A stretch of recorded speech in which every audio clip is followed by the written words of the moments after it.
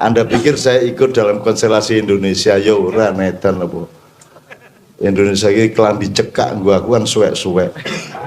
Dan begitu. Jadi saya tidak akan ngurusi Indonesia. Saya menyayangi Indonesia, mencintai Indonesia. Saya tidak sedang mengurusi konstelasinya. Saya membantu manusianya, saya menolong manusianya, saya mencintai manusianya. Ya. Tapi saya tidak mengurusi perpresnya, gitu ya. Itu pun saya hitung siapa yang saya terima, siapa yang tidak saya terima.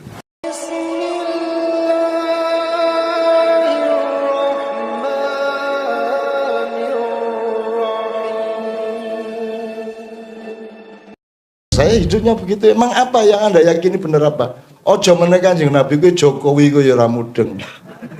Bung Karno kamu yang enggak tahu, Tan Malaka kamu juga enggak ngerti, gitu. Syahrir itu hebatnya apa kamu enggak ngerti. Yusuf Muda Dalam tahu krungu kowe? Musa ngerti sok-sok gitu ya. Kan kita lebih banyak enggak tahu daripada, jadi jangan mengandalkan kebenaran, jadi jangan sok mengekspresikan kebenaran yang seolah-olah itu benar-benar sungguh-sungguh benar dan kamu yakini. Tidak. Yang menjadi pertimbangan utama adalah tadabbur, Mas. Pokoknya efeknya harus merupakan kemaslahatan bersama. Sebenar apapun dia kamu ketahui atau kamu yakini, jangan diungkapkan kalau tidak menjadi kemaslahatan bersama. Kan begitu. Kecuali ada orang yang mendistorsikan kita. Nah itu bukan kesalahan kita kan begitu. Tapi kan niat kita betul-betul tadabbur, benar tadabbur. Tafsir boleh asal taat kepada tadabbur kan begitu. Nah jadi Pak Muzamil mohon izin, saya tidak bisa bayangin Rasulullah punya istri banyak. Tidak bisa bayangin. Dan apalagi istri banyak kok tidak jelas tempatnya, nggak jelas ngerjainnya kapan, gitu. Gitu ya. Sampai 40 kali laki-laki. Oh bayangin lah, kok cuma 9 kalau 40 kali. Kekuatannya Rasulullah sebagai laki-laki 40 kali lipat tuh. 40 dari Rasulullah itu 40 kali lebih kuat daripada setiap laki-laki gitu. Anak ngono kok ora sepetang puluh sisan bojone. Supaya pas tuh. Daripada berlebihan kok nyabun. Sing guyu berarti biasa. Sing orang guyu wis biasane. Sehingga dia apal untuk tidak tertawa biasa aja. Jadi Pak Muzamil, saya kira saya tidak sedang mengadu domba Anda berdua untuk menentukan kebenarannya yang mana. Saya cuma ingin mengatakan Anda harus punya sikap dalam hidup Anda. Karena yang terpenting itu adalah iman Anda, keyakinan Anda, cinta Anda, dan tidak berhentinya perjuangan Anda di dalam keyakinan itu. Asal ujungnya adalah tauhid ilallah. Kan gitu. Salah-salahnya saya kira kok enggak masalah gitu. Oh itu banyak sekali contohnya. Nyun sewu ya Om Zamil. Kayak tadi kan, lu masa Quran hanya bisa diakses oleh orang yang menguasai bahasa Arab. Lah terus gunanya Quran apa? Wong dia hudan lil muttaqin. Hudan itu memang harus pakai kata. Apa Allah memberi petunjuk itu hanya melalui kitab? Saya kira kita harus belajar fisika, belajar biologi, belajar urat saraf, belajar macam-macam psikologi, bahwa wong dimaihan aja Mas. Yang menyimpan memori dari ilmu atau apapun yang kita tangkap kan bukan hanya otakmu, bukan hanya akalmu. Karena kita sudah tahu bahwa Sabrang juga sudah melegitimasi sebagai ahli.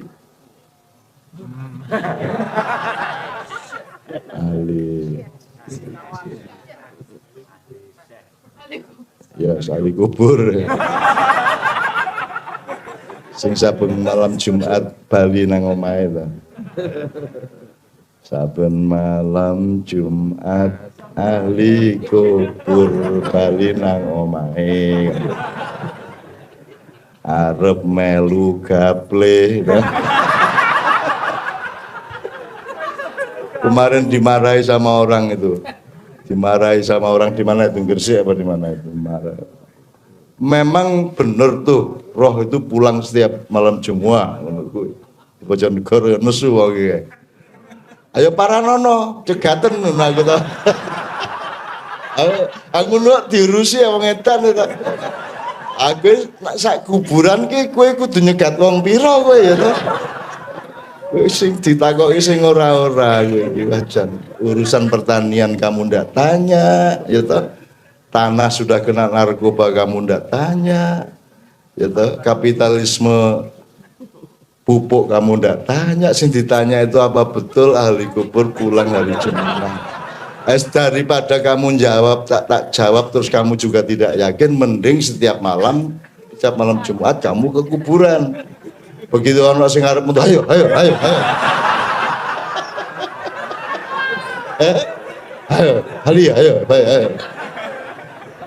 Itu. Nyenengke ya Islam ya, nyenengke ya. Semua indah ya, Belum ae wis pindah. Wah, wis. Loh, kok ora ono? Mergo ora ono akhirnya nonggo ya. Menengke. Jadi begitu banyak hal dalam Al-Quran, dalam Islam itu yang sebenarnya kita betul-betul dibutakan oleh kantor berita itu. Kita menjadi tidak meneruskan terobosan dan kepekaan kita karena sudah dipatok seperti itu. Seperti anak-anak kecil yang bermain di pantai karena dikhawatirkan akan tenggelam kalau dia terlalu jauh ke jauh pantai. Akhirnya oleh para ulama dipageri, wis orang untuk dolanan runo, sing untuk ulama tok kan begitu. Akhirnya anak-anak tidak pernah bermain air di pantai, akhirnya tidak punya pengalaman dialektika antara pantai dengan daratan kan gitu. Akhirnya anak-anak Islam tidak ada yang dewasa. Akhirnya tidak ingat tentang kedewasaan, akhirnya tidak ingat bahwa tidak ada loh pengajian yang sadar untuk mendewasakan umatnya, hampir tidak ada loh. Tidak ada juga pembelajaran di kampus yang ngomong tentang kedewasaan, dan tidak ada yang ngomong mengenai manusia. Nah di Ma'iyah ini kan kita ini elek-elek kan dandan kamanungsan, ya kita coba dandanin orangnya karena yang tak diurus itu orangnya, manusianya. Nah, jadi Pak Muzamil terakhir sekali gini,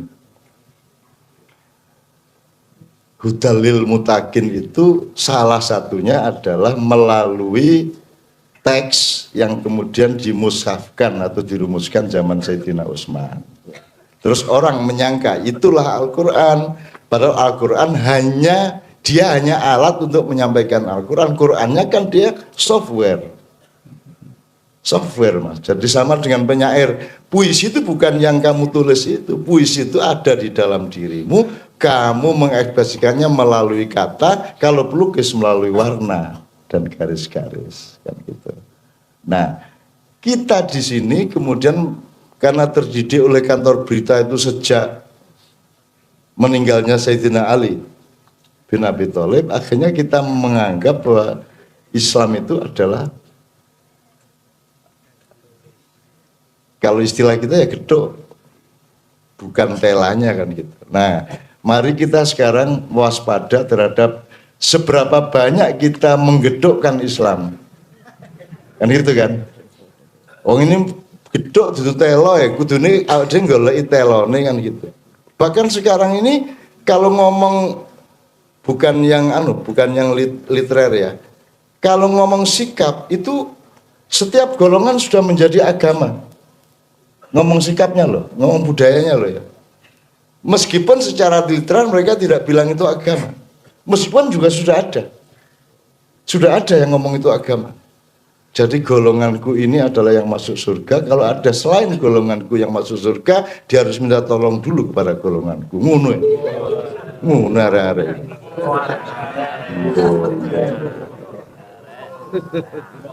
Terus mari ngono malaikat Ridwan kepeksa WA-WA-an karo malaikat Malik. Lek, iki ana wong ngomong ngene piye, Lek? Hanya menggakaken Mas Ridwan. Wah, iki kok ana pengurus warga neraka ning dunya iki kan. Jangan-jangan Allah perintah langsung. Ndase melontos po ya ora mungkin, Allah orang liwat awake dhewe ora mungkin wong kayak Quran liwat Mas Jibril loh. Gitu ya. Kan senior Mas. Tuh. tolong jangan marah ya Mas kalau saya pakai bahasa manusia, karena kita tidak punya bahasa lain. Karena tidak punya, arep ngomong piye? Sing cocok piye coba? Misalnya menurut Baginda, ya tetep aja Pak bahasamu. Baginda Jibril sama juga, Paduka Muhammad ya sama ya coy bahasamu. Gitu loh. Malah kurang akrab toh Paduka kan nungkono banget. Anak Rasulullah diceluk Paduka buat toh banget ya. Nek ngono malah apa? Malah apa tahu? Why not ya toh? Why not? Loh, jangan lupa ya. Masito di Jawa disebut Siti Masito, Aisyah Siti Aisyah, Siti Zahra, Siti Khadijah, ditambahi Siti. Dan itu membuat manggon, sakinah yang namanya Khadijah itu di dalam hati orang Jawa karena ditambahi Siti, karena Siti itu tempat untuk berbaring. Nah kata Siti itu bahasa Jawa. Itu loh. Kayak nek kui ngono kuwi syariat dan harus tertib. Kui kan sok-sok kan apa jenenge? Database kan ra ono iki, kok Siti kabeh. Jadi malaikat online-nya ini loh, ini apa nih kok ada Siti-Siti ini. Jadi tolonglah yang disebut syar'i itu nggak kayak gitu sebenarnya gitu loh. Ini gara-gara kantor berita Islam jadi susah banget, angel banget gitu ya. Sampai Totok tidak pernah ngaku agamanya apa selama 35 tahun bersama saya di Patang Puluhan. Lah wes. Dan saya tidak pernah nanya, kowe iso kowe ngono kuwi? 35 tahun ngurusi sembarang kedung ombo, nipah, udah ngurusin segala macam kasus masyarakat. Tanpa saya pernah bertanya apa agamanya, karena saya takut dia tersinggung. Dan Totok juga takut ngaku Islam kepada saya daripada kok orang sembahyang tok. Wah, susah deh. Mending orang ngaku wae ya Pak.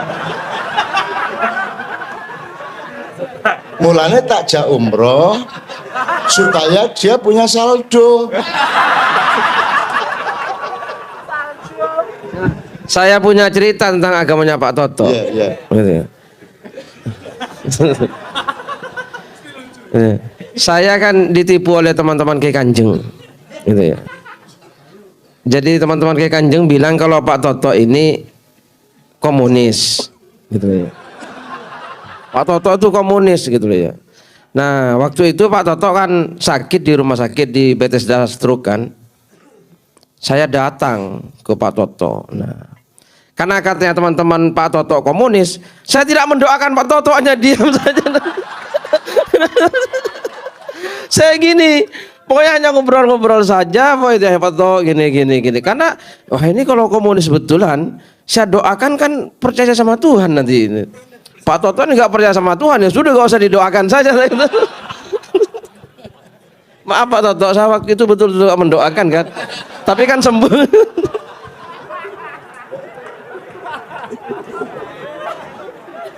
Ya padahal faktanya Mas, se-alim-alim Pak Muzamil, se-dalam-dalam istilahnya Pak Muzamil, dia tidak pernah sa'i 14 kali. Ya 7 kali lah ya. Mas Toto 14 kali. Iya coba. Nanti sudah ke-12 itu menggem ya. Aduh kok suwe ya.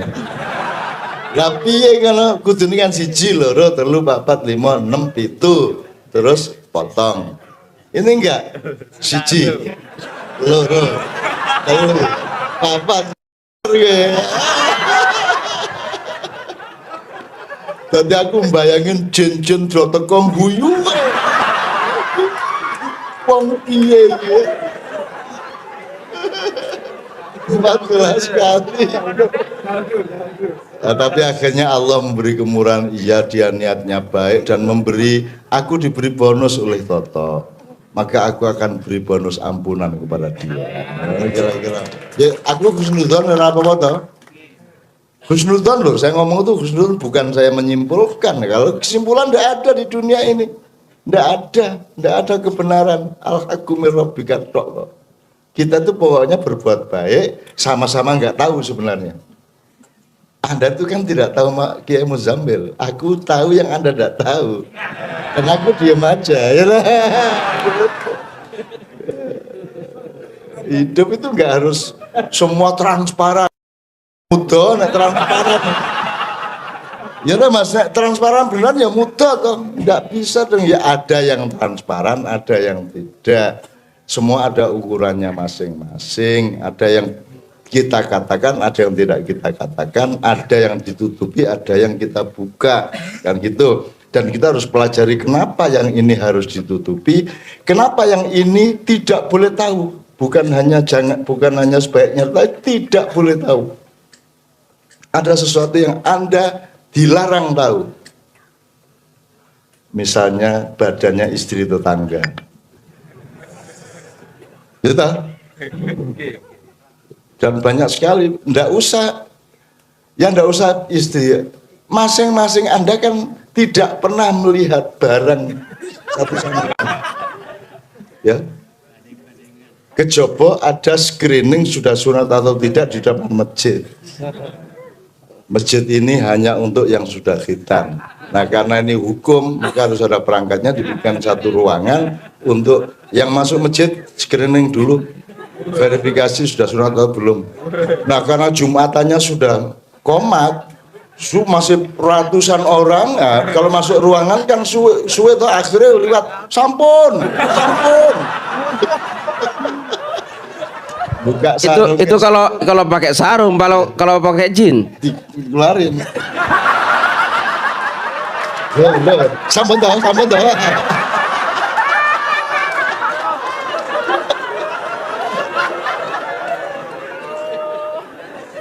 Ya Allah, makanya hidup itu nomor satu adalah pengetahuan mengenai ukuran. Gitu. Iya. Seneng aku. Ya Allah, aku bersyukur kepadamu ya Allah karena engkau bahagiakan anak-anakku semua. Ya. Mudah-mudahan ringan hidupnya. Berat pun terasa ringan. Kan gitu ya. Gitu ya. Lah kan berat kan kudono. Ning abot kuwi iso krasa. Tengah iso toh? Gitu. Bojo elek ya krasa. Apa sebabnya kok bojomu ayu mergo sing liyane dudu bojomu? Alasannya ngono membabi buta ngono wae. Repot rasa analisis, rasa parameter. Pokoknya bojoku ayu arep ngopo? Tonyo wae kowe ya. Itu aja. Aneh, lho kan tonggomu kan bojone ayu, ora kaya ayu, soalnya dudu bojoku. Boleh ndak gitu itu? Yang ngono kuwi urip. Aja ruwet-ruwet sing enteng-enteng wae. Jan ya merongos sing beban kaya ayu dhewe.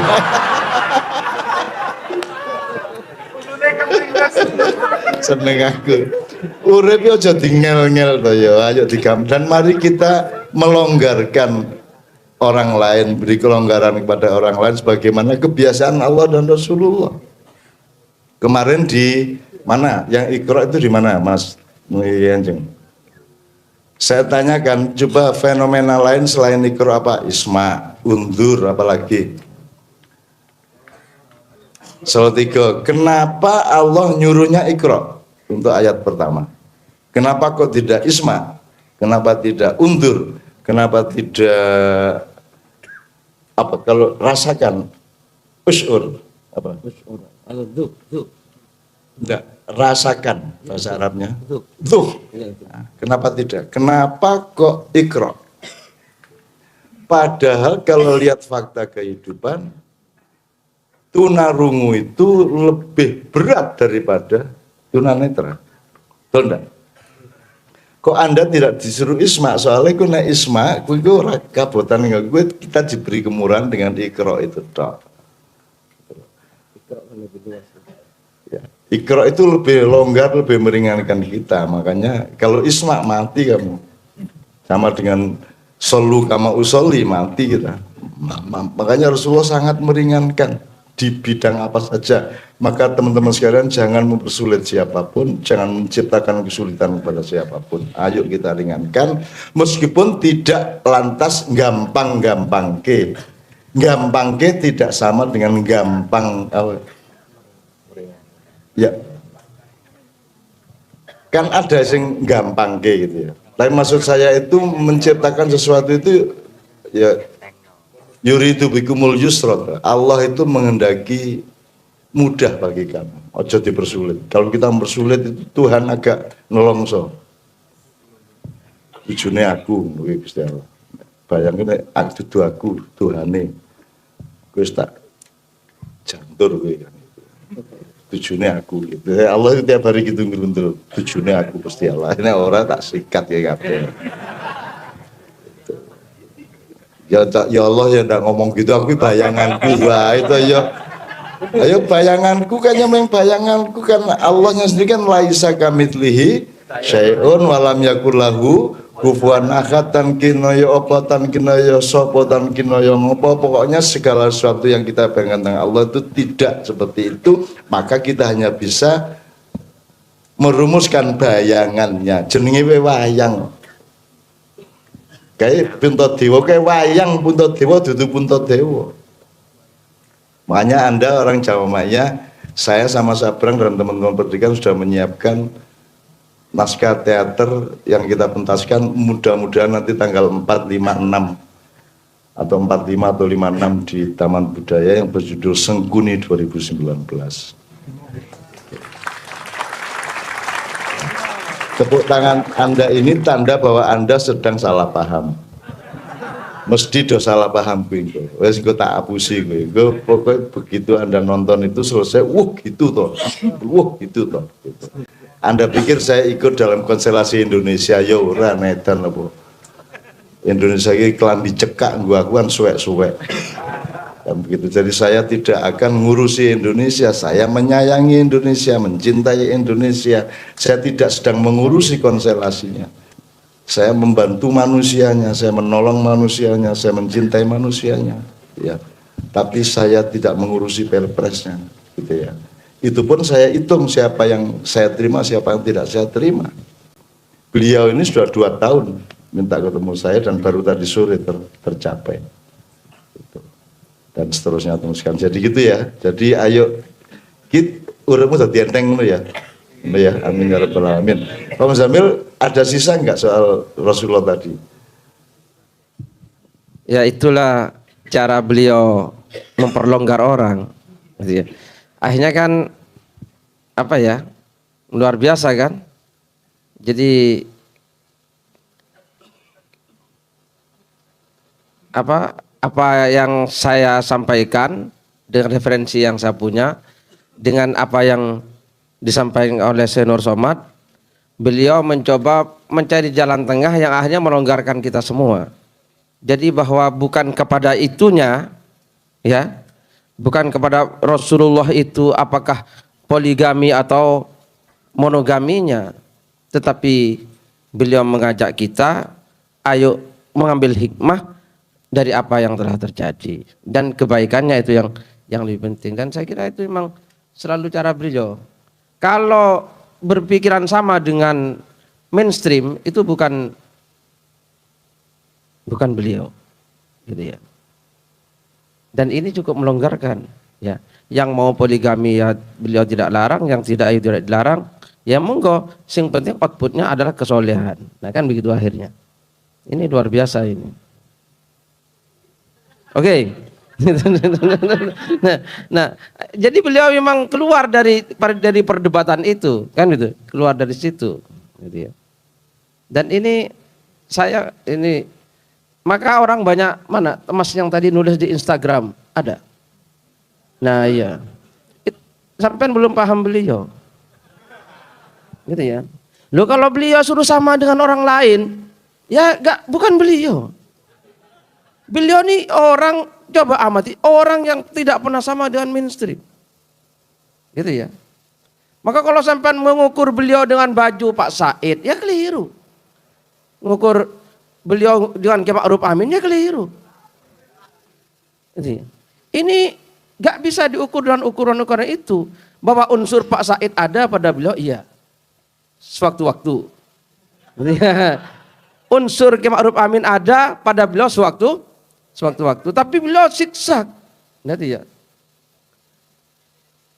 Nah iya. Maka kalau, loh, kenapa Cak Nun kok ngono ya, yang lain lioni ngono. Ya itulah beliau. Orang sampai terkecoh-kecoh. Kemarin di apa ya? Kan nggak ada orang yang memasukkan beliau sebagai kiai. Ya apa enggak? Kecuali saya. Nanti, kalau saya mengkiaikan beliau gitu loh ya. Ya. Sampai Mas itu nggak mungkin nyebut Kiai Haji MH Ainun Najib kan? Ya karena beliau ini, lu itu kan ukurannya kalau kiai begini-begini. Lah beliau ini pakai ukuran sendiri kok. Beliau itu ukurannya bukan pakai ukuran lain untuk mengukur beliau itu keliru. Beliau ini ukuran. Saya tak jadikan ukuran sekarang. Kiai itu kudu-kudu ini. Nah itu loh ya. Nah itu loh. Nah iya. Bukan mengukur beliau dengan ukuran apa? Kiai. Maka orang kecelek itu bukan kiai kan begitu jadinya. Sampai Ulil Absor kemarin pada saat ulang tahun Gus Mus itu keliru. Dia memandang. Dia pakai ukuran lain. Ulil Absor dengan mantapnya. Saya itu hanya karena tidak dapat tertera dalam undangan. Kalau tertera saya tak maju ke panggung. Karena tidak tertera ya saya akan punya martabat gitu loh ya. Meskipun saya ada di situ. Ulil Absor dengan mantapnya menyatakan bahwa Indonesia alhamdulillah punya 2 tokoh gitu ya. Yang itu sulit akan mencari penggantinya. Wali kutub katanya Ulil Absor, yaitu Ki Haji Mustafa Bisri dan Ki Haji Maimun Zubair. Loh beliau itu 1 kutub, bukan 2 kutub. Ya apa enggak? Gus Mus sama Mbah Maimun itu 1 kutub, kok bilang 2 kutub piye? Yang kutub yang lainnya ya ini. Nah itu loh ya. Nah, saya kaget kok Ulil kok rodok gitu. Nah ya. Nah ya kan? Ya apa enggak? Lihat di videonya itu, di rekamannya, cari videonya. Ulil Absor bilang begitu, ya kan? Ya apa enggak? Kurang luas Ulil pengalamannya. Kurang luas kacamatanya, cakrawalanya. Gitu ya? Hah? Kurang gaul. Nah, gitu ya. Kurang ngopi. Nah, ya kok menyebut siapa Mbah Maimun sama Gus Mus sebagai 2 kutub, bukan 2 kutub, itu 1 kutub, Mas. Gitu ya. Hidup itu perlu begitu. Jangan sampai karena kagum kepada Said Agil, orang kudu kayak Said Agil semua ya. Kacamata kuda namanya. Gitu ya. Kita harus pakai kacamata yang sebenarnya. Kacamatanya manusia, jangan pakai kacamata kuda. Dan ini beliau. Maka kenapa teman-teman Ma'iyah cerdas ya, karena menemukan alhamdulillah. Saya juga semakin cerdas sejak nah iya. Loh kalau saya tidak berteman beliau, paling saya mengeluarkan fatwa seperti Basul Masail yang pengganti saya yang mengharamkan ALC itu. Itu ya. Itu ya. Loh ya kan? Itu kan pengganti saya, gitu ya. Maka saya kan sudah gak mau lagi, gitu ya. Gitu ya. Itu pengganti saya dulu, bendahara saya itu. Gitu ya. Sekarang Basul Masail, padahal mestinya minta nasihat saya dulu mestinya, gitu loh. Wong saya seniornya kok. Nah, ya. Itu kan kehilangan konteks ya. Jadi orang ini gini loh, orang tuh boleh beda pendapat, boleh apa, ayo bicarakan dengan baik-baik, dan pembicaraan itu harus dibuka. Keran diskusi, keran dialog itu harus dibuka. Jangan kita kalau ada orang tidak sependapat dengan kita hakimi, jangan. Haram. Jangan seperti itu, bukan keulamaan namanya. Jadi yang paling mulia adalah yang paling bertakwa itu di mata Allah, dan sudah itu urusan Allah. Urusan kita tidak. Urusan kita enggak usah ikut-ikut di situ karena kita nggak akan pernah tahu. Ya, tolong kewaspadaan seperti itu kita pakai supaya kita mengurangi pertengkaran sosial. Aslinya kan kalau kita mentidakkan golongan lain itu kan sebenarnya kita sedang menuduh dia kurang bertakwa dibanding kami atau saya kan gitu. Itu pertama.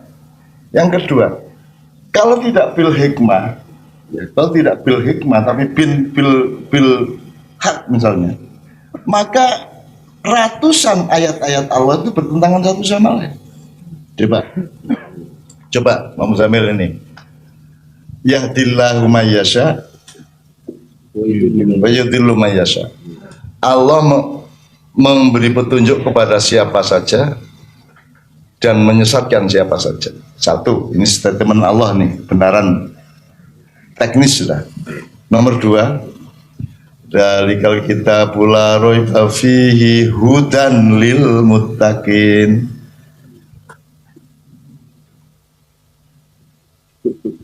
Pertentangan enggak itu? Iya, satu sisi menyatakan menurunkan Al-Quran sebagai petunjuk, Ya. tapi yang lain ada ayat Allah itu Terserah dia. iya. Apalagi Allah di situ ini petunjuk untuk yang bertakwa. Coba, bukan petunjuk untuk semua manusia, bukan hudal linnas ya. Ada pernyataan gitu juga ada hudal linnasi Iya. wabayinati minal huda. wal furqan. Tapi di situ kan Allah menunjukkan cintanya kepada orang-orang yang waspada terhadap kehadirannya dalam hidupnya, kehadiran Allah dalam hidupnya. Maka itu hudan lil muttaqin. Mau kita kan senang dong dikhususin oleh Allah. Pokoknya kita waspada terus, kita bertakwa terus, kita akan accessible terhadap hidayah Allah. Dan itu tok yang saya pakai itu tok. Masuk alif lam mim gak apal, aku apal kecilik lah soal itu. Hudalil mutakin ya sudah kalau gitu supaya saya dapat hudan, ya sudah saya bertakwa aja. Bertakwa itu artinya saya tidak pernah tidak ingat dan tidak pernah mempertimbangkan apapun tanpa Allah. Selalu Allah menjadi pertimbangan utama setiap keputusan saya, setiap gerakan saya, setiap langkah saya. Gitu.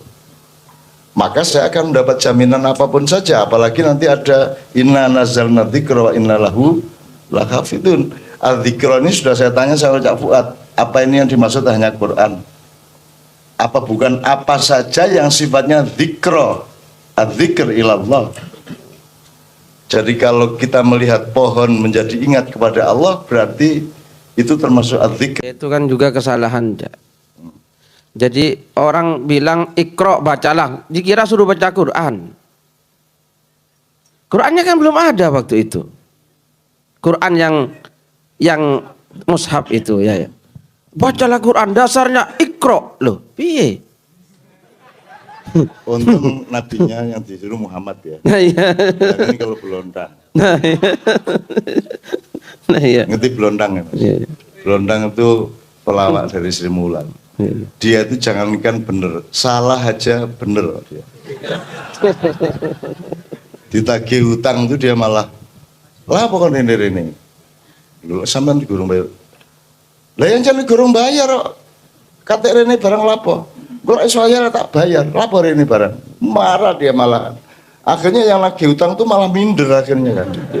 Nah saya kira itu bagus untuk tak pakai. Karena debt collector nesu. Kowe apa nagih lak sing nang wong sing duwe duit sing iso bayar. Nek sing ora iso bayar kok tagih kowe bodoh apa piye? Dasar orang gutek. Wah, malah tidak sampai gak. Nah, itu model blondang seneng banget saya. Nah, blondang dikitareng Jibril Iqra. Ya napa sampean iki? Maca napa kula niki? Ya kan gitu. Kalau untuk makanya Allah itu maha bijaksana tidak menurunkan nabi dari Surabaya. Anak nabi ini Surabaya ngeluh kabeh bantah tendim.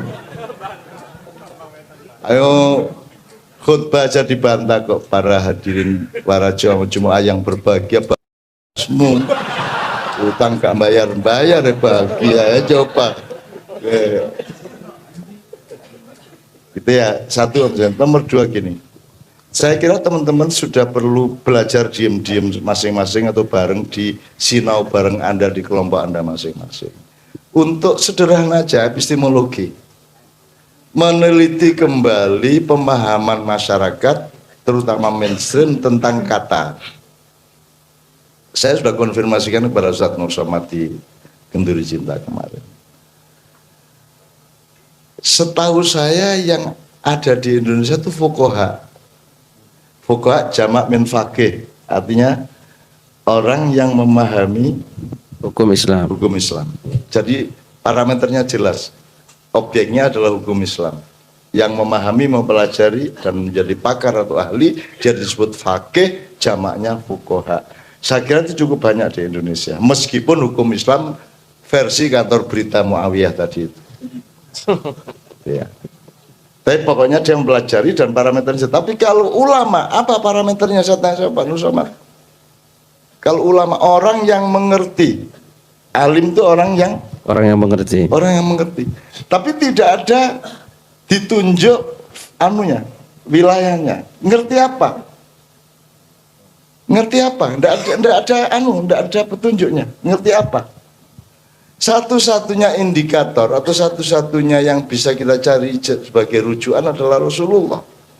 Karena Rasulullah, ulama adalah pewaris Para nabi.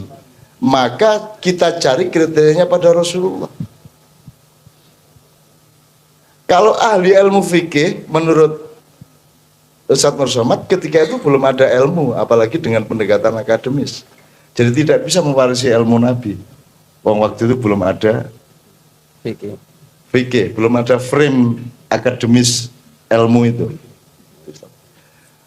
Maka sekarang kalau kita mengacu ini profesi, oh ini profesinya ahli fikih, ini profesinya apa gitu ya.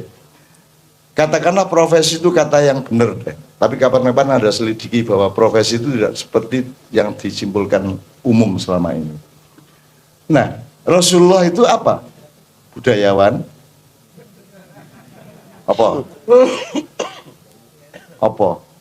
Apa? Anda simpulkan Rasulullah itu apa? Gitu. Jadi Anda pasti keliru kalau hanya menyebut Rasulullah itu budayawan. Anda pasti keliru kalau menyebut Rasulullah itu pedagang. Rasulullah itu kalau bahasa kita jelas, orang yang tahu banyak hal, tahu banyak tentang banyak hal, ya. Kalau bahasa kita ya. Dan dia melakukannya sebanyak itu pula. Kalau pakai teori gampangan dari kita. Karena ada orang tahu sedikit tentang sedikit hal, tahu sedikit tentang banyak hal, tahu banyak tentang sedikit hal, terus terakhir tahu banyak tentang banyak hal. Jadi kalau wacananya atau marjaknya Rasulullah, maka ulama adalah orang yang posisi sosialnya, manfaat budayanya, koordinat silaturahminya, perilakunya, akhlaknya, dan dan manfaat sejarahnya seperti Rasulullah. Meskipun tidak sekualitatif Rasulullah, pasti kadarnya lebih rendah. Tapi kelengkapannya seperti Rasulullah. Jadi itu bukan ulama. Yang Anda kenal itu fuqaha. Jadi tidak apa-apa jadi wakil presiden. Dia fuqaha kok kan gitu. Fuqaha kok sama dengan yang lain ahli pertanian, yang lain ahli apa, tidak apa-apa, tidak ada masalah. Nah kalau ulama memang tidak pantas di situ karena ulama makomnya tinggi. Karena ulama ini benar-benar adalah tiang pancang dari kehidupan.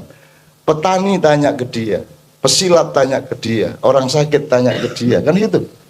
Orang butuh apapun tanya ke dia. Orang dia menjadi sandaran dari semua orang. Ulama adalah orang yang menjadi tiang soko guru dari kehidupan masyarakat di sekitarnya.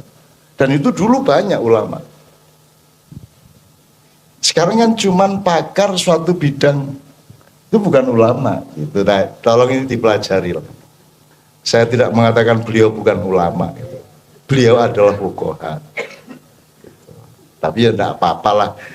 Keliru-keliru dikit asal niatnya baik, Allah tetap memasukkan Anda ke surga. Insyaallah. Nanti tak tawar lah.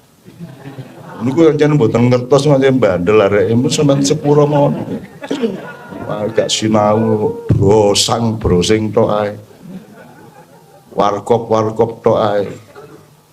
Tuku sak gelas oleh laptop 3 jam. Tapi itu betul apa yang panjenengan sampaikan. Ya mesti dong.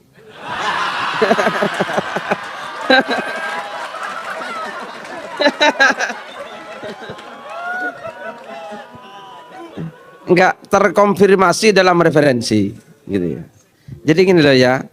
Kan NU itu kan Nahdlatul Ulama. Di NU itu ada forum musyawarah namanya Basul Masail sejak muktamar pertama. Nah, itu kan dibukukan. Nah, bukunya meskipun ini organisasinya Nahdlatul Ulama, tapi bukunya itu namanya Ahkamul Fuqaha. Nah, gitu ya. Bukan Ahkamul Ulama. Jadi betul jenengan. Itu jadi bukan ini Nahdlatul Ulama, tapi buku itu namanya Ahkamul Fuqaha, hasil keputusan musyawarahnya para fuqaha, bukan ulama. Betul. Ya. Saya tanya satu lagi ya, karena beliau orang NU ya. Anda tahu, jangan tanyakan cintaku kepada NU. Jangan tanyakan bagaimana aku menemani Nahdien, menemani Banser, menemani Ansor hampir tiap malam, kan mayoritas mereka. Ya, jangan tanyakan cintaku dan jangan ragukan komitmenku kepada mereka. Tetapi kan aku punya titik-titik refleksi yang rasional mengenai kalau saya menerima Pak Hasyim adiknya Prabowo itu tidak sama dengan saya mendukung Gerindra, kan gitu. Tolong ngerti dong, ombak sama air jangan disamakan dong, karena airnya bisa kamu ambil, ombaknya nggak bisa, kan gitu. Cantik sama wajah beda dong, kan gitu. Kalau cantik sama wajah kamu samakan, ya ini jadi orang sekarang itu taunya itu mangga manis. Maka kalau ada yang lain yang manis, mereka marah. Nggak bisa, yang manis itu mangga.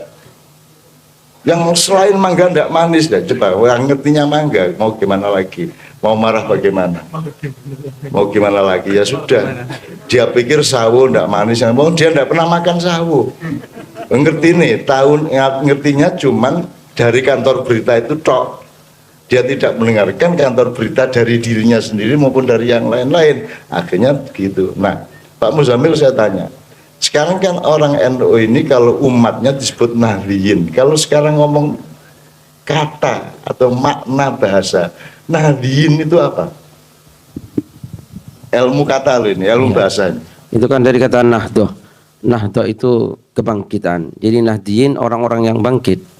Orang-orang yang Bangkit. Nah, saya ya. Ya sudah, terus sekarang Anda tinggal narik garis berapa jarak antara Nahdliyin dengan kebangkitan. Yang begitu kan? Jelas ya? Nah, saya mohon teman-teman mempelajari. Tidak untuk memaki-maki siapa-siapa, tapi untuk menemukan yang lebih tepat dalam kehidupan, karena Anda harus memimpin bangsa ini, Anda harus memimpin keluargamu, Anda harus memimpin masyarakatmu ketika Anda sudah bermasyarakat nanti. Sekarang Anda harus latihan habis-habisan. Karena tidak boleh Indonesia ini diisi oleh orang-orang yang seperti sekarang. Mau kamu dandanin kayak apapun, wong itu Quran suwek tadi. Atau bago teles itu dipakai enggak bisa, dijemur enggak kering-kering kan gitu. Kan gitu. Nah, jadi mudah-mudahan apa yang dibutuhkan Pak Muzamil, Syekh Nur Somad dan saya tidak menjadikan kemudaratan apa-apa, karena selalu aku waktu di depan kan saya mengatakan, loh aku tidak setuju macam-macam, termasuk Menteri Agama aku tidak setuju, Presidenmu aku tidak setuju, banyak hal, konstitusi tidak setuju, undang-undang 45 aja ada yang tidak saya setujui kok.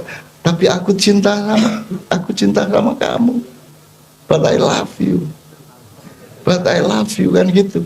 Oh cinta.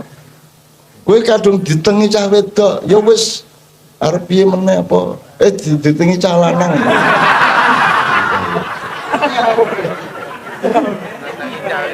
Nganggo semprotan kok piye ya. Wedok ngetengi. Ya, jadi saya terus sama dengan Bandara Kulon Progo saya dimarahi loh. Kok saya yang dimarahi, saya itu cuma dimintai tolong, ini telanjur hamil, terus bagaimana kelahirannya bisa disiapkan, ketika nanti dia dididik sebagai bayi, orang tuanya siap. Masyarakat harus pindah, harus harus hijrah dari peradaban tani menjadi peradaban industri, gitu. Loh, saya ndak ikut bikin bandara, no. Loh, kalau ibarat itu wanita hamil, aku gak melo ngetengi kok. Sing ngetengi Jokowi karo Angkasa Pura kok. Kok aku sing dinesoni iki lho. Nek kowe nesu nang sing ngetengi no. Kene iki meng bantu nang rumah sakit malah aku sing dinesoni piye to iki. Jadi kanca-kanca itu nyenengke gitu.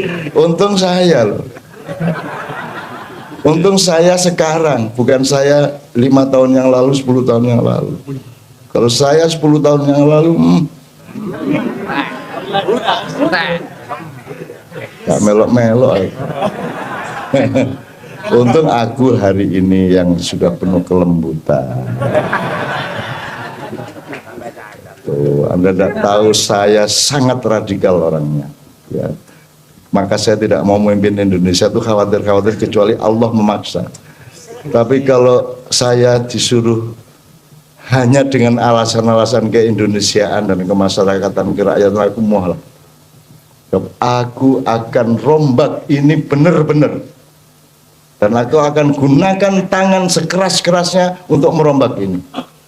Ikut, silakan. Tidak ikut, saya yang keluar. Loh, orang megang sesuatu harus berani tidak megang sesuatu. Orang jadi presiden harus berani tidak jadi presiden. Kalau perlu orang dina tadi presiden, lo nek kon gak gelem, iki ngene iki dalane. Ya. Ndak ada jalan lain, ngene kuduan. Menungsone kudu berubah ngene, parpole kudu berubah ngene, undang-undangnya kudu ngene. Nek kon gak gelem, gak padan aku tak mulai. Tapi nek suatu hari hancur, ojo sambat nang aku kon ya. Ojo adik moro nang nggon aku meneh kon.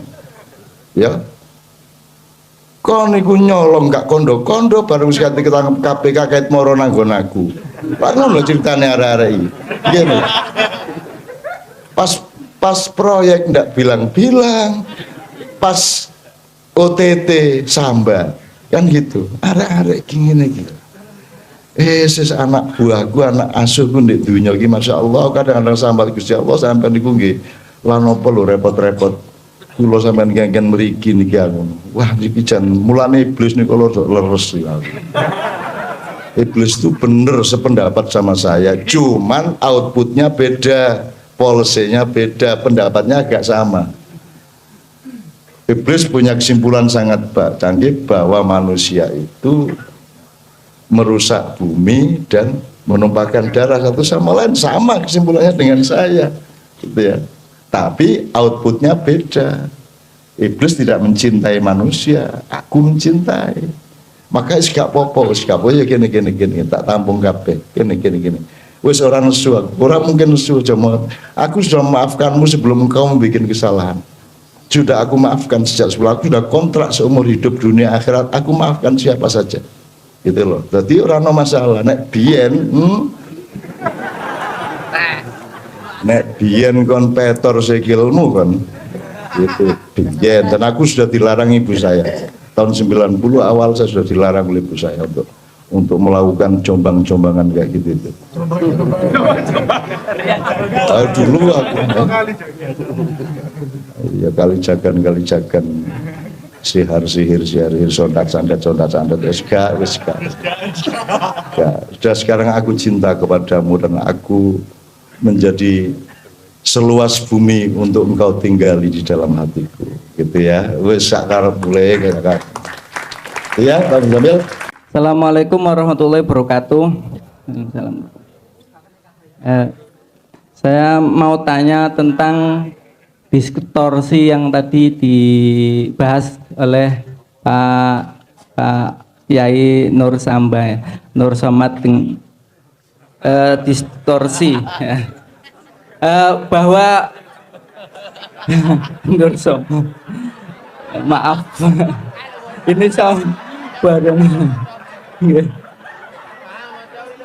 Nur Somad Kamba. Nah, ini saya alami juga di virtual ya, di dunia maya itu banyak mengalami distorsi tentang salah paham tentang ma'iyah itu loh, karena tidak serawung dengan ini, hanya melihat ma'iyah dari luar itu. Nama grupnya itu diskusi akademis itu, kelihatannya keren tapi di dalamnya itu cuma isinya cebong sama kampret saja. Nah, di situ ada seorang yang sudah S3, lulusan Mesir, lulusan Al-Azhar itu. Ya, katanya sih sudah dekat dengan NU struktural itu. Itu menganggap ma'iyah itu cuman lebih pedes dari Mas Sodik yang katanya budayawan dulu. Lebih pedes lagi katanya ma'iyah cuman surganya para komentator itu loh. Hanya komentar-komentar dari luar panggung, dari luar lapangan permainan, hanya kayak komentar bola itu loh. Ya belah lautan apa itu ya. Seperti itu Indosiar, terima kasih Indosiar itu. Kayak gitu cuma komentar-komentar tidak pernah bermain di dalamnya itu.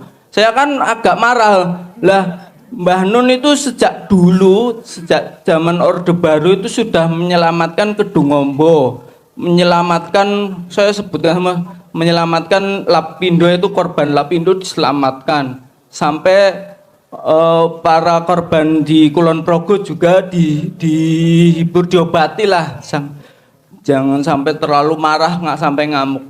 Sampai waktu 98 sampai menetralisir orang yang mau habis-habisan itu dipagari oleh Mbah Nun. Terus dia yang kuliah di Mesir itu ngomong lagi, loh Mbah Nun kok ngeritik sama pembubaran HTI dikritik, padahal HTI itu sangat berbahaya. Ya, dia itu sangat anti Ikhwanul Muslimin dan Hizbut Tahrir itu. Karena biang kerok kerusuhan di Timur Tengah itu adalah Ikhwanul Muslimin sama Hizbut Tahrir.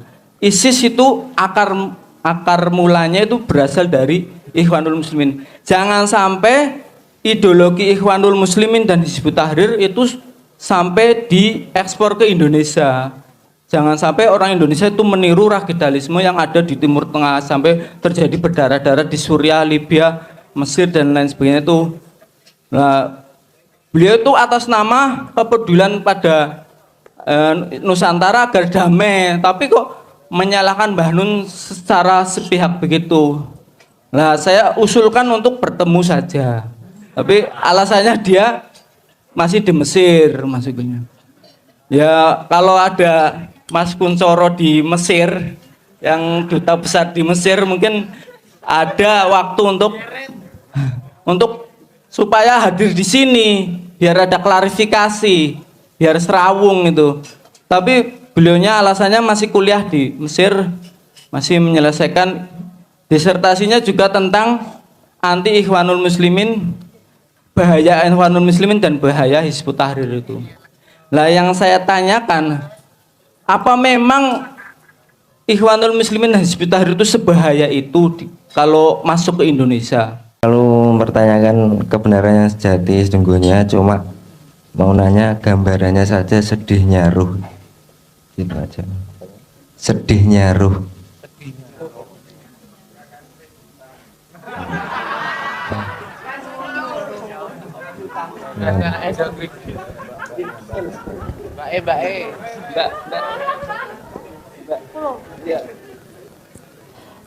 Cak, ini sebenarnya awalnya nggak pingin.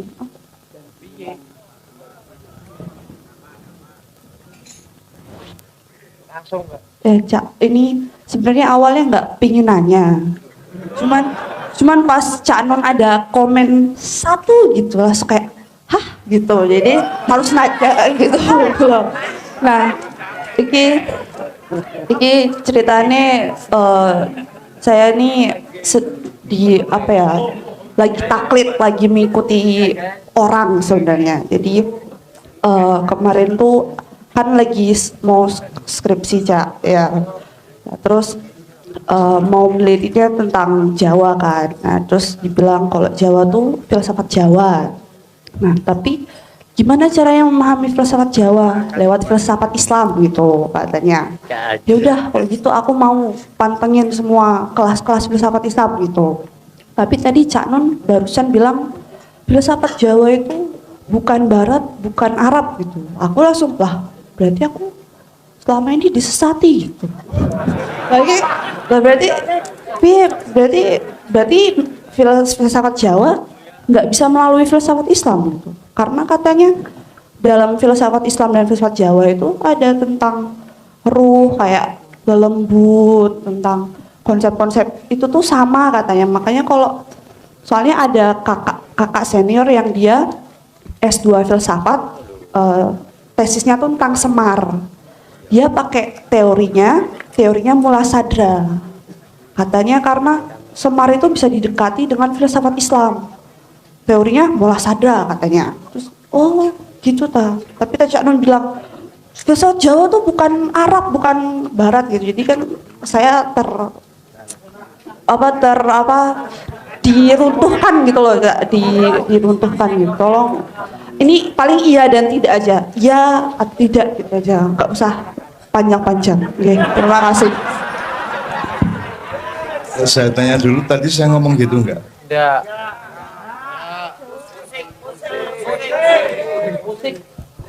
Tentang musik tadi.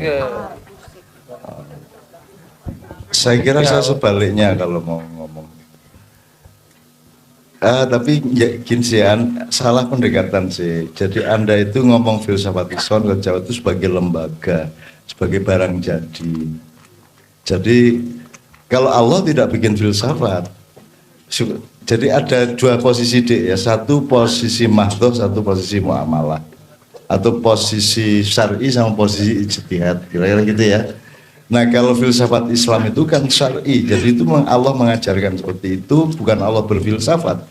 Allah memang menetapkan konstruksi nilai seperti itu. Nah kalau filsafat yang kita pelajari itu kan manusia mencari gitu, terus merumuskan, itu namanya filsafat, inti-inti nilai gitu. Nah jadi tidak bisa memperbandingkan filsafat Jawa dengan filsafat Islam secara lembagawi seperti itu, secara akademis formal. Karena maka Anda harus ke gelepung tadi, Anda harus, karena muatan-muatan filsafat Jawa sama Islam itu banyak sekali yang identik. Justru saya menemukan itu, makanya saya sering menyebut Jawa dan Islam itu seperti tumbuh ketemu tutup. Gitu ya.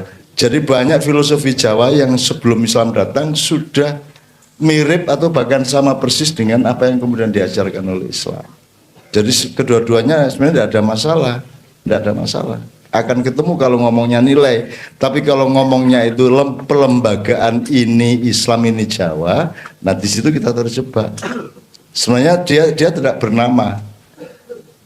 Nilai itu tidak ada namanya dan jangan dilembagakan. Nilai itu nilai gitu aja. Nah, tapi karena Anda mahasiswa dan bikin skripsi dan seterusnya, ya maka disiplin akademis itu kan memang hanya bisa mengenal sesuatu melalui pelembagaan.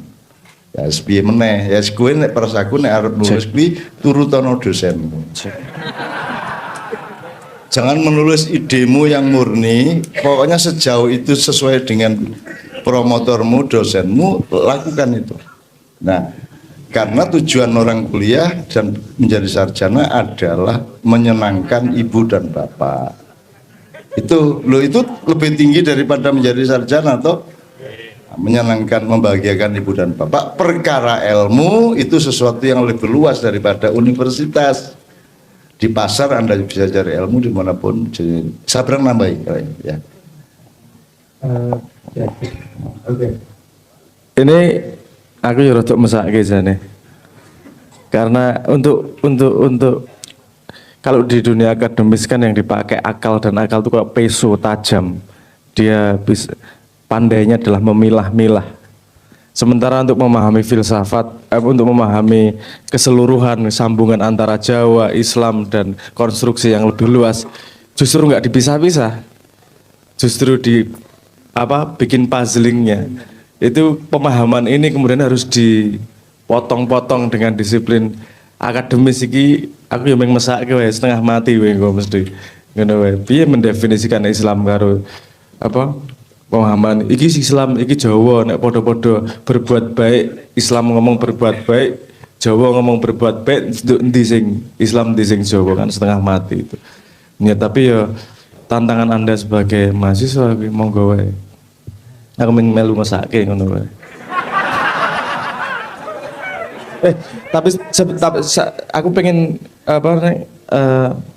mengomentari Mas Mustasib, tapi pertanyaan terakhir dulu aja ben cangkep. Ngaten nggih, Pak. Saya kira Pak Muzamil dan Syekh Nur Somad akan ikut menyumbangkan pengetahuannya tentang bahayanya atau tidak bahayanya Ikhwanul Muslimun, Hizbut Tahrir, Al-Qaeda, ISIS dan lain sebagainya itu. Cuman di generasi milenial saat ini kan kalau kita ngomong kayak gitu langsung dibantah. Wah, kalau ngasih langsung itu ya harus tahu gurunya itu yang sanad ilmuannya, yang jalurnya keilmuannya benar. Nah, yang pengen saya tahu gimana cara akses langsung secara partner gitu loh. Soalnya kita kan kalau mau akses langsung juga cross check atau kita udah di jalan yang partner tuh kayak apa, nggak belok-belok. Kemudian Kagem Bahnun, saya kemarin nemu tulisan Bahnun tahun 98. Itu 9 doa untuk umat Islam yang saya menyorotinya yang poin kedua ya, agar umat Islam senantiasa mutaharun binurillah. Itu saya coba cari redaksinya, coba mentadaburi, ada di Al-Waqiah 79 dan di Abasa 12, 13 sampai 15. Itu kalau diartikan itu ya mentadaburi sendiri ya. Itu kok yang mutaharun binurillah yang disucikan itu kok sepertinya arah-arahnya kok ke malaikat ya, karena la yamassuhu illa mutahharun itu tidak menyentuhnya kecuali yang disucikan. Marfu'atin mutahharah bi'aidihi safaroh, di dalam kitab-kitab yang dimuliakan, yang ditinggikan, lagi disucikan di tangan para malaikat. Nah, ini terkait dengan kita kan masih dalam rakaat panjang ini ya. Maksudnya seberapa bisa kita masuk ke mutahharun itu kalau istilahnya rakaat panjang kan sholat ya. Kita mau wudhu aja kayaknya kok untuk menjadi mutahharun itu kayaknya agak susah untuk disucikan itu. Menurut saya Cak ya. Terus yang kedua merespon tadi yang ulang tahun Mbah Mus, di ulang tahunnya kan Cak Nun mempersembahkan surat An-Nur 35 ya. Nah itu kalau nggak salah dulu di 98 juga waktu Mbah Harto mau turun juga dibacakan surat itu. Nah apa kalau boleh tahu apa pertimbangannya? Karena dua momentum itu kan agak berbeda ya. Ya, terima kasih.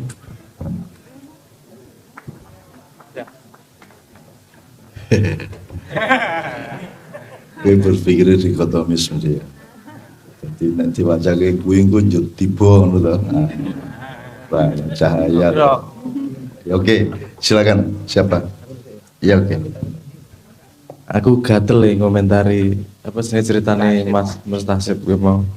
Ini penyakit manusia paling banyak yang kita alami. Itu bagaimana kita tidak mampu memandang limitasi kita sendiri. Wong kuwi lho. Krungu ceritane wae guyu aku. Ngunekke wong tidak tandang di kancah peperangan sementara dia tidak di Indonesia. iso ngunakke ngono kuwi. Belum lagi dia ngomong tidak di kancah peperangan terutama karena dia tidak bisa memandang mana kancah peperangan itu. Itu dia merasa bahwa satu pandangan itu adalah pandangan yang paling valid dan tidak merasa ada kemungkinan bahwa siapa tahu dirinya juga salah loh. Siapa tahu dirinya juga belum cukup luas loh.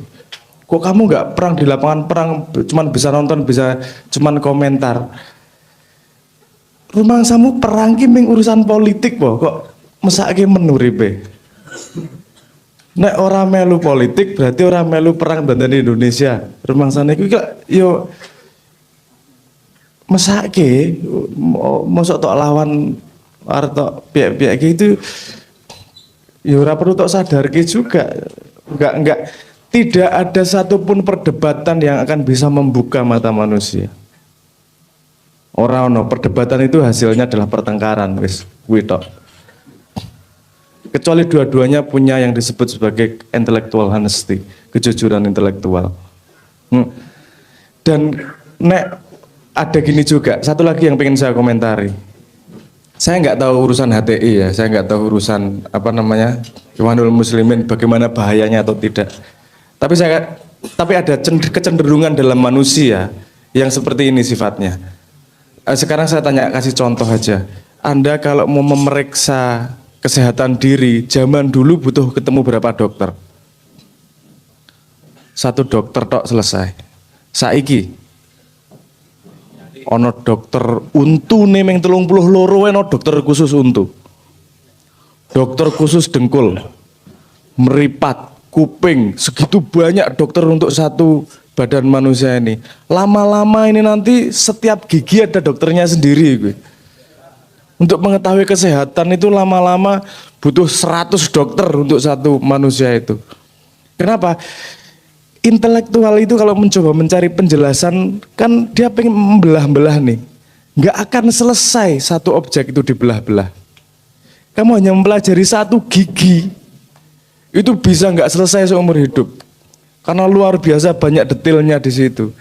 Berbahayanya adalah begini, ketika kita mempelajari sesuatu sudah punya kepercayaan sebelumnya.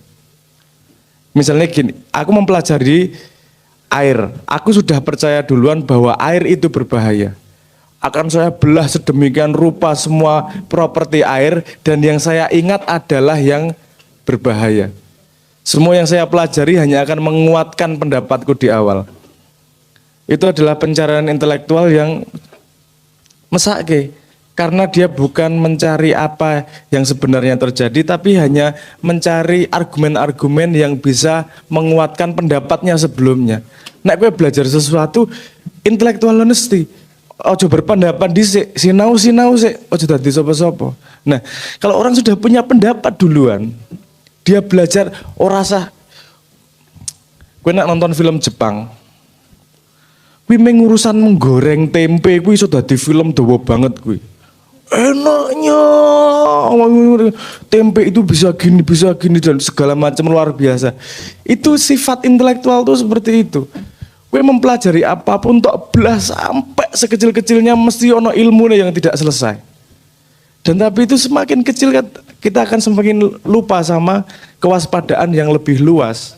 Itu yang berbahaya dari intelektualitas. Jeru sesuai lali apa sih? Luasnya, lupa lebarnya. Sehingga lupa melihat dirinya sendiri, ojo-ojo aku sik kurang, ojo-ojo aku sik salah. Dia hanya mencari pembenaran-pembenaran terhadap asumsi awalnya tersebut.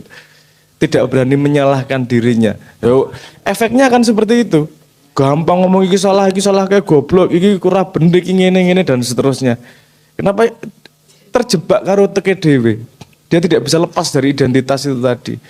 Intelektual hanya bisa bekerja kalau dia nempel pada identitas. Ada identitas hanya akan ada identitas kalau identitas itu menempel pada yang namanya ingatan. Hanya akan ada ingatan. Dan ingatan, personalitas, identitas dan intelektual itu adalah hijab semua yang menutupi pada apa yang sebenarnya itu. Nah, rasa sedih sih. Wong nek ana wong joget, ana wong mesake, ngono kuwi dimesake disayang ae menurutku. Mau urusan yang Facebook kok ganggu kemesraan rumah tangga gitu loh. Iya gue. Gue lagarnya nyenggol bojomu juk kelingan mau kurang tak jawab moneng. Wah yo ojo lah, janganlah. Udahlah, sudahlah. Orang membenci karena tidak paham. Wes, orang membenci orang itu karena tidak paham. Kalau dia sudah paham dan masih membenci, ini nek wong benci tok kayak alasan apa wae tidak akan apa senengnya menjadi menyukai. Kalau orang menyukai nggak sah tok kasih alasan apapun tetap akan menyukai. Wes biarkan dia dengan pengembaraan dirinya. Sementing kita kuat dan tidak terganggu oleh itu semua. Wes semua orang punya pengembaraannya diri sendiri. Semua orang punya torekotnya diri sendiri. Mana yang benar, mana yang salah. Uang setiap orang diciptakan berbeda kok parameternya sama. Ya kita harus menemukan jalan kita sendiri ngono wae. Paling itu komentarku. Itu bahayanya intelektual. Sama saya daripada meloncat ya, saya teruskan sedikit jadi teman dari Mesir itu menurut saya sangat bagus loh. Saya sangat senang dengan anak muda yang punya pembelajaran, kemudian dia meyakini dan kemudian bersikap. Itu bagus banget.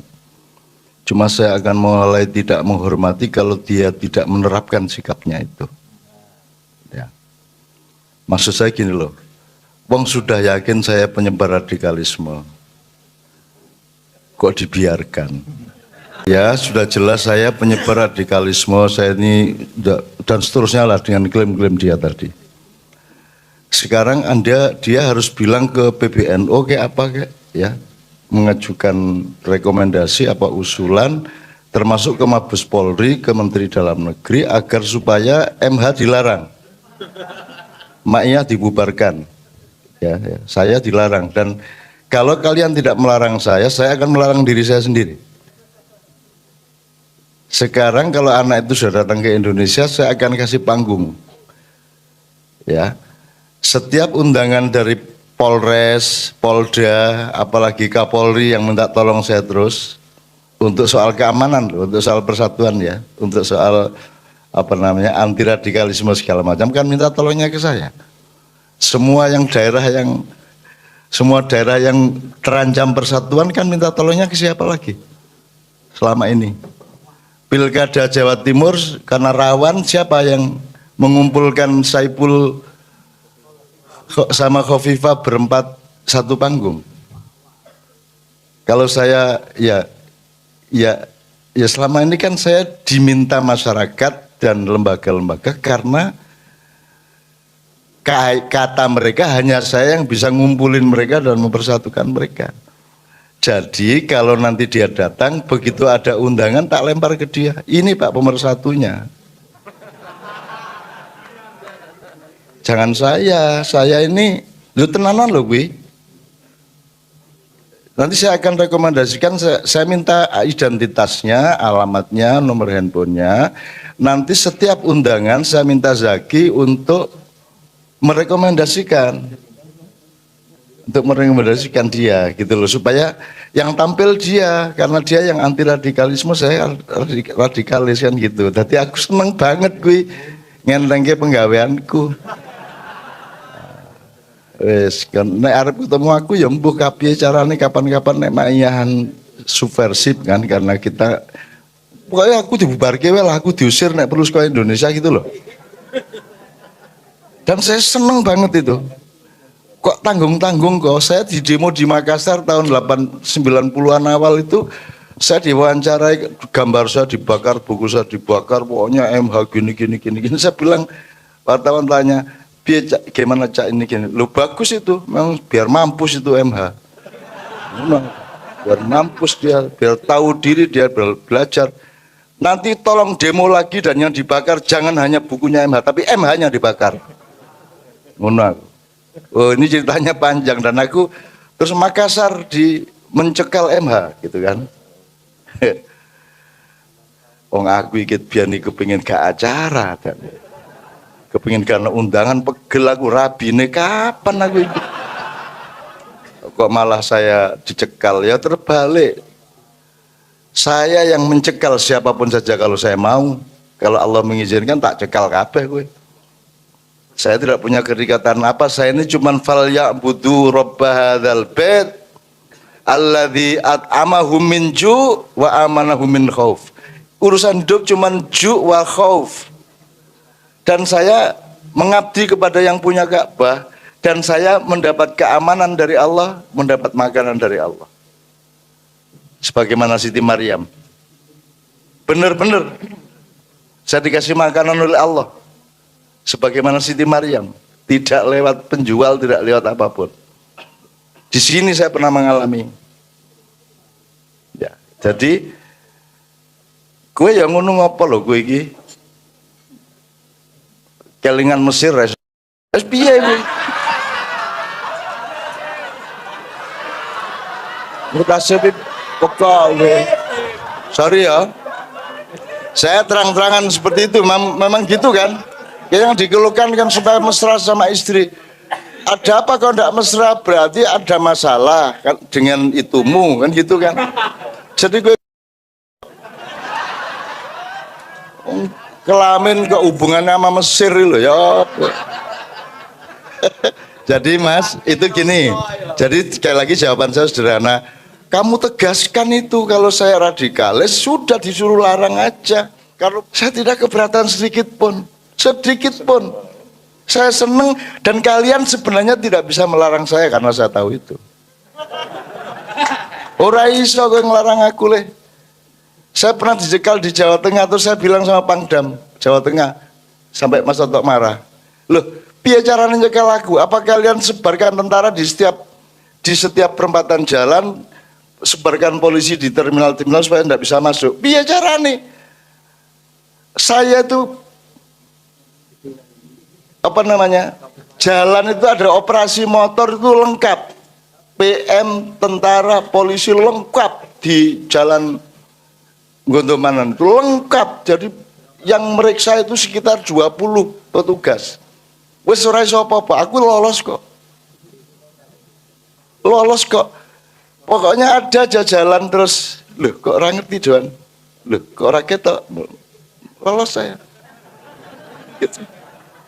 Tidak bisa kamu menghalangi manusia, apalagi menghalangi hatiku kepada cintaku kepada para jamaah dan semua masyarakat. Tidak bisa.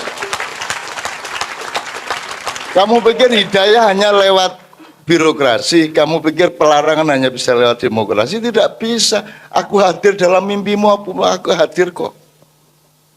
Berapa ribu orang aku hadiri di mimpi-mimpi kalian. Bagaimana kamu mau menghalangi hamba Allah yang kesini memang disuruh sama Allah? Gak bisa kamu. Makanya saya bilang, ayo larangan aku, ayo. Gitu.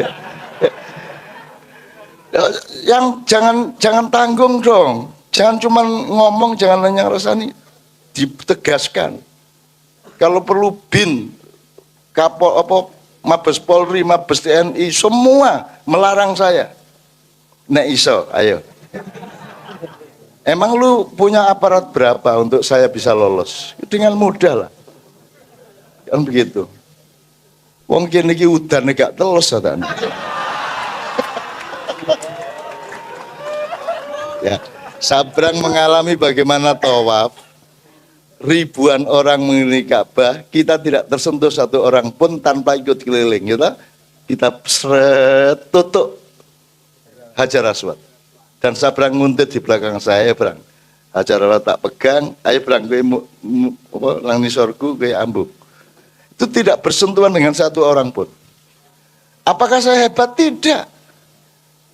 Emang saya nyuruh diri saya ke dunia? Tidak. Enak aja. Aku cuma disuruh kok. Dan kalau kamu urusan sama saya, urusan sama direktur saya. Enak aja. Saya nggak urusan, saya nggak ada masalah dengan penderitaan di dunia, dengan kebahagiaan, tidak ada urusan saya. Urusan saya adalah jangan sampai direkturku itu, mahadirekturku itu marah sama saya, cuman itu tok kok. Dan saya juga tidak masalah dengan, orang masalah, dunia apa tadi masalah, orang masalah babar bisa. Penderitaan bisa kita nikmati kok, kita orang Indonesia kok. Semenderita apapun itu malah guyu cekakaan. Wis cukup dengan bismillah wis gak apa-apa udah wis. Ngono to. Jadi ya sip ya oke. Kemudian tapi gini sih, kalau dia tanya sama saya atau dia membantah saya di depan saya, tak jelasin. Misalnya, siapa yang tidak setuju kepada perlawanan terhadap HTI? Yang saya omongkan itu adalah mbok ditempuh prosedur demokrasi, diadili kayak bagaimana, jangan langsung dibubarkan. Katanya reformasi, katanya anti Orba, kan gitu. Nomor 2, kamu ndak apa-apa tidak setuju sama HTI yang menafsirkan khilafah seperti itu, tapi jangan anti khilafah. Khilafah itu punya Allah, nyuruh kita ya. Ini jailun fil ardi khalifah, kata bendanya khilafah. Loh kalau kamu anti khilafah kan urusannya sama Allah. Akhirnya kamu disesatkan sekarang. Kamu disesatkan sekarang dan kamu merasa bangga atas kesesatan itu. Kamu merasa sedang jaya, sedang memiliki akses harta benda, jabatan dan semua kamu merasa memiliki, padahal kamu sedang dijelombrongkan oleh Allah Subhanahu wa taala. Kamu tidak tahu karena kamu memang hanya bisa melihat dunia, bisa melihat uang, bisa melihat proyek, bisa melihat jabatan. Kamu tidak bisa melihat kehidupan itu di dalam alur rohania yang Allah ciptakan melalui qadar dan qadarnya. Gitu ya, Mujib ya. Dan kamu bodoh kalau kamu sedih. Jangan perkawinanmu diintervensi oleh Republik Indonesia. Perkawinan diintervensi. Indonesia bubar, gue tetap nurani bojomu. Ini agak aneh juga nih Muhtasib. Agak aneh juga nih. Muhtasib kok layak tasib. Anta muhtasib wa anta tuhasib kulla syai'in, kan begitu. Anda harus menghitung segala sesuatu. Namanya akhirnya semua dihitung. Wow, semuanya dihitung sama Muhtasib. Detail, detail. Apa? Dia bikin makalah korelasi positif dan negatif antara pernikahanku dengan HTI. Ya bener ya, apa ning pekan gitu kan. Kita tepuk tangan untuk Muhtasib ya, gak apa ya, Guyan ya.